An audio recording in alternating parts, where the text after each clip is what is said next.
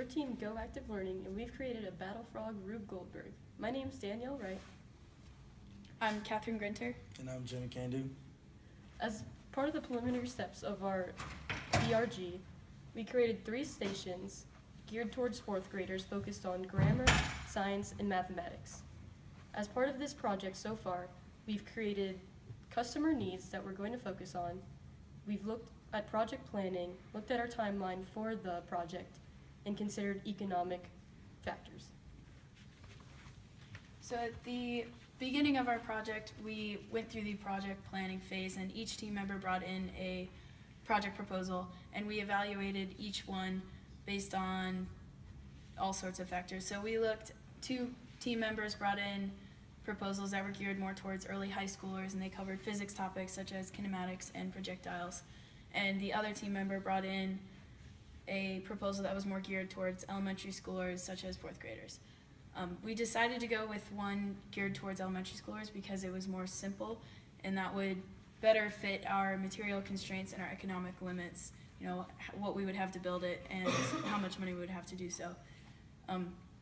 As time progresses, each one of our proposals, the technology would increase over time and then level off when we reach our limit. So that was not a huge factor in which one we chose, but in our final project, we will be able to cover more areas of study, and it will be much more simple. In our mission statement, our team is creating an interactive BRG to engage 4th graders and make sure that they are hands-on interacting in their learning, especially in mathematics, grammar, and science. We wanted to make sure that we are aiding teachers in the education of 4th graders, and we want to make sure it's easy to understand and use so that kids can be autonomous when they're using this and they don't have to have their teacher standing over them helping them with each step. We wanted to make sure that we are a new platform product. We are the first project to be so interactive and cover a very wide range of subjects and be so hands-on for this age group. We want to make sure that we can turn a profit and get our product on the market by December, and we want to make sure that we are geared towards customers. We want to make sure that our 4th grade administrators, teachers, want to make sure that the homeschoolers and parents are really satisfied with our product. As part of our project so far, our team also created a Gantt chart, which shows critical tasks that we need to complete by the end of the project, and it also gives a timeline of when to complete these tasks. Shown in red is the critical path for our tasks. So we have tasks that need to be completed by the end of the project in order to get it out onto the market by December. If these tasks end up going longer than expected, then that would end up throwing the whole entire project as well, making it longer and taking more time to get it out onto the market. Initially, a lot of our tasks are put in parallel because we have such a short time constraint, and a lot of these tasks are able to be completed simultaneously. For example, the customer needs and target specifications can be completed at the same time. We take the customer needs and then turn them into specifications that we want for our BRG. Also to note, economic analysis is continuous throughout our whole project because while we're creating our BRG through the planning, marketing, design, and creation of the BRG, we want to always be considering economic factors to make sure that we will end up turning a profit for our BRG. As part of our use case, we essentially created a basic flow of what we want our BRG to look like and how it should work. So essentially the student should follow the instructions to build up the BRG and then set the ping pong ball and move it through 3 educational stations to learn about grammar, science, and mathematics. An alternate flow that might happen is that the student may fail at one of the tasks. If this happens, then the student will just simply repeat the task until they get it successfully right, and then continue on throughout the BRG. Another flow pattern that might happen is that they don't set up their Arduino correctly, which then they should check the ports, make sure that everything's connected correctly, and if the technology is still malfunctioning at this time, then they should go to their parents or teacher or advisor and get help on correcting that technological malfunction. Post conditions, the ball should end up successfully flowing through the BRG, while the student learns about each of the educational topics at the 3 stations.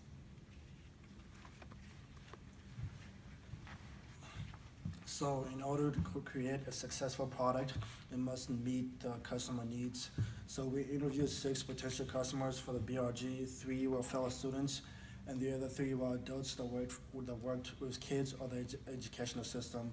So from the interview, we gathered raw data, and common likes from the interview were how simple the BRG was. It was made simple so 4th graders could easily use it without the supervision of a teacher or a parent. The BRG was also very interactive from most of the customer statement. They liked how engaging and how it kept kids focused, and it was a fun and new way to learn different subjects. Another common like was how easy it was to set up. The BRG already comes set up, so there wouldn't need for too much instruction to set up. So some common dislikes were how the BRG required a laptop, because the 3rd station required an Arduino, which needs to be powered by a laptop to use. And another dislike was how similar the station was. The first 2 stations both uses a puzzle to teach kids different subjects. A lot of customers didn't like how the 2 stations were very similar to each other, or how straightforward the whole BRG was in itself. So some common suggestions were that we should test the BRG 4th graders and see how they respond to it, and see if they like other stations or not, and how much fun they have doing it. Another suggestion was to add a reward system. And a reward system would be like having the Arduino light up a green LED if a student answers the questions right or wrong. And also some customers wanted the BRG station to be able to change station in case students go to the BRG one time. The student wants the ability, the teachers want the ability to change the question, so students learn a different subject every time, so they don't memorize the question.